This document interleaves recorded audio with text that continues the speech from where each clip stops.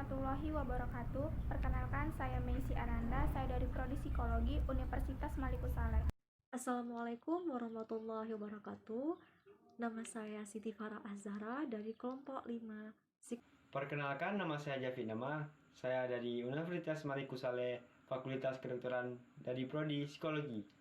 Halo semuanya, Assalamualaikum. Perkenalkan, nama saya Izati Wanda Panggabean, berasal dari jurusan Psikologi Universitas Maliku Saleh. Salam kenal ya. Nah guys, jadi kelompok 5 akan menjelaskan tentang teori interpersonal Harris Tuck Sullivan. Teori ini memiliki beberapa struktur kepribadian. Yang pertama, dinamisme atau the dynamics, yaitu pola tingkah laku menetap dan berulang atau kebiasaan. Yang kedua, dinamisme, yaitu pola spesifik dan berulang dari tingkah laku yang menjadi ciri khas seseorang.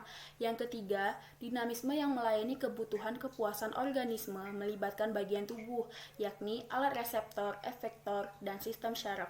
Yang keempat, dinamisme dengki, yaitu memusuhi orang atau kelompok orang tertentu. Dan yang terakhir, dinamisme ketakutan, yaitu anak yang bersembunyi di belakang ibunya setiap menghadapi orang asing. Seperti itu. Personifikasi atau personification. Personifikasi ialah gambaran mengenai diri atau orang lain yang dibangun berdasarkan pengalaman yang menimbulkan kepuasan atau kecemasan. Hubungan interpersonal yang memberi kepuasan cenderung membangkitkan image positif. Sebaliknya, yang melibatkan kecemasan bayi, image negatif. Misalnya, personifikasi yang dikembangkan bayi mengenai ibunya adalah gambaran ibu baik, good mother, yang diperoleh dari pengalaman ibu menyusui dan merawat, atau ibu buruk diperoleh dari pengalaman pendekatan ibu yang menimbulkan kecemasan. Sistem self merupakan suatu pola tingkah laku yang konsisten dalam mempertahankan interpersonal dengan mengurangi atau mengecilkan kecemasan. Sistem self ini dimulai dari usia 12 sampai 18 bulan. Saya akan menjelaskan tentang proses kognitif. Menurut Sullivan, pengaman kognitif terbagi 3. Yang pertama adalah prototeksis, yaitu rangkaian pengalaman yang terpisah yang dialami pada masa bayi di mana arus kesadaran mengalir dalam jiwa. Dan yang kedua adalah prataksis, yaitu bayi mulai mengenali persamaan dan perbedaan peristiwa atau yang disebut juga pengalaman asosiasi. Dan yang ketiga adalah sintaksis, yaitu berpikir logik dan realitas menggunakan lambang-lambang khususnya bahasa kata bilang. Teori ini juga menjelaskan tentang dinamika kepribadian. Menurut Sullivan, kehidupan manusia sebagai sistem energi menghilangkan tegangan yang ditimbulkan oleh keinginan dan kecemasan. Wujud energi terbagi 3, yaitu 1. Tegangan, yaitu potensi untuk bertingkah laku disadari atau tak disadari. Yang kedua, kebutuhan, yaitu tegangan yang timbul akibat ketidakseimbangan biologis dalam diri individu dengan lingkungan. Dan yang terakhir, kecemasan, yaitu pengaruh pendidikan yang disalurkan mulanya pada ibu kepada bayinya. Terima kasih. Transformasi energi atau energi transformation. Transformasi energi, tegangan yang ditransformasikan menjadi tingkah laku atau tingkah laku terbuka atau tertutup. Tingkah laku hasil transformasi meliputi gerakan kasat mata dan kegiatan mental seperti perasaan dan pikiran, persepsi dan ingatan. Bentuk kegiatan yang dapat mengurangi tegangan yang dipelajari dan ditentukan oleh masyarakat di mana individu tersebut dibesarkan.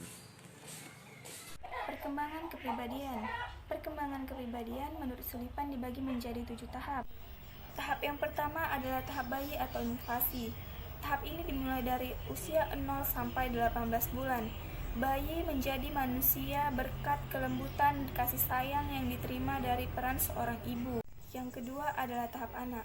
Tahap ini dimulai dari usia 1,5 sampai 4 tahun. Di tahap ini, anak mulai dapat berbicara dan berpikir kebutuhan untuk bergaul dengan kelompok sebayanya. Tahap yang ketiga adalah tahap remaja awal atau usia sekolah. Keinginan untuk bergaul intim dimulai dari usia 4 sampai 10 tahun. Tahap ini berlangsung dari usia sekolah dasar sampai anak itu membutuhkan persahabatan yang akrab. Tahap yang keempat adalah pre-adolescent.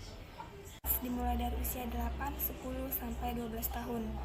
Pre-adolescent ditandai oleh awal kemampuan bergaul akrab dengan orang lain. Yang kelima adalah early adolescence atau masa remaja awal, yaitu Integrasi kebutuhan akan intimasi dan kepuasan seksual. Ini terjadi pada usia 12-16 tahun. Pada tahap ini, mereka memandang dunia seperti apa yang mereka inginkan, bukan sebagaimana adanya. Masa ini juga dikenal sebagai periode pemantapan identitas diri. Dan yang keenam adalah late adolescence atau masa remaja akhir, yaitu mulai serius belajar demi karir di masa yang akan datang, mulai memilih-milih pasangan yang lebih serius dan cita-citanya menjadi lebih realistis. Ini terjadi pada sekitaran usia 16-20 tahun. Dan yang terakhir adalah maturity atau kematangan, yaitu menggambarkan kematangan seseorang.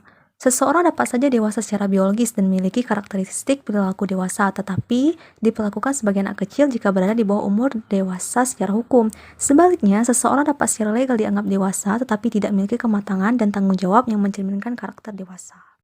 Terima kasih kepada teman-teman yang telah mempresentasikan PPT di kelompok kami. Cukup sekian, saya akhiri. Wabillahi taufiq walhidayah. Assalamualaikum warahmatullahi wabarakatuh.